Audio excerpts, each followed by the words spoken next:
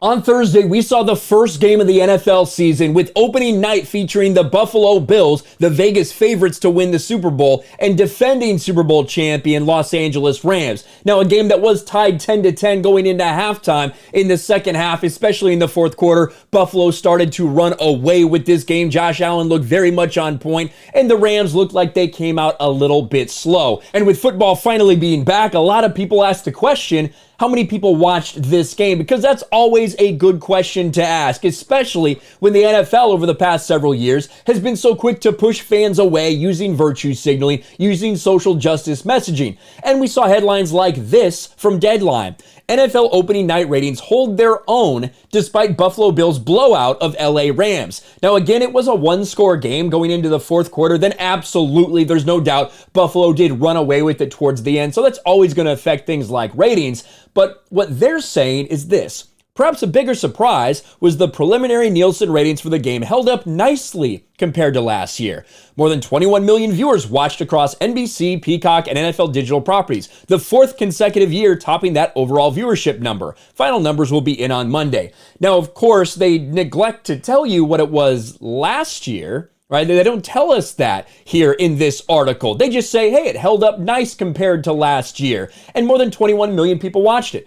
What they fail to tell you is how much it fell off from last year's ratings, because here's a different headline. Super Bowl hangover. NFL kickoff game audience sinks from last year. Compared to 2021's barn burner, the season opener numbers look sad for the defending champion Los Angeles Rams. NBC and Peacock registered a total TAD of 21 million plus viewers across all the platforms, just like we talked about before. Last year's game, one that saw Tom Brady and the Tampa Bay Bucks beat so-called America's team, the Dallas Cowboys, scored 26 million viewers. Now, that number, I remember back then, we were talking about what a crazy number that was, because that was the most we'd seen in over 5 years, 6 years at that point. You had to go back to 2015.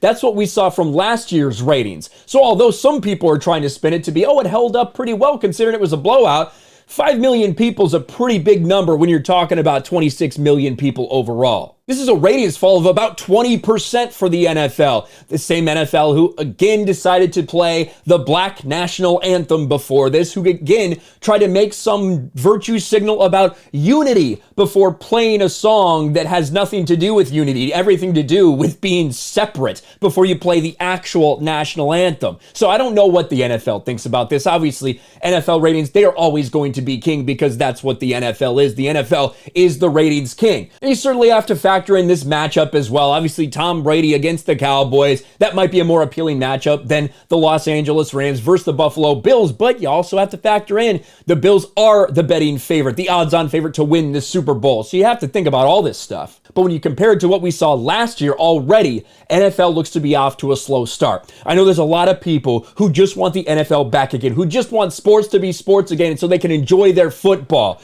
We'll see what happens this NFL season if there's a chance that these people, that Roger Goodell and these idiots that are running the NFL, double, triple, quadruple down on woke and make it even more unbearable than it was the last few years. Let me know your thoughts about all this in the comments below. Smash a like button, subscribe to the channel, ring the bell for notifications, share this video out there, and I'll talk to you later.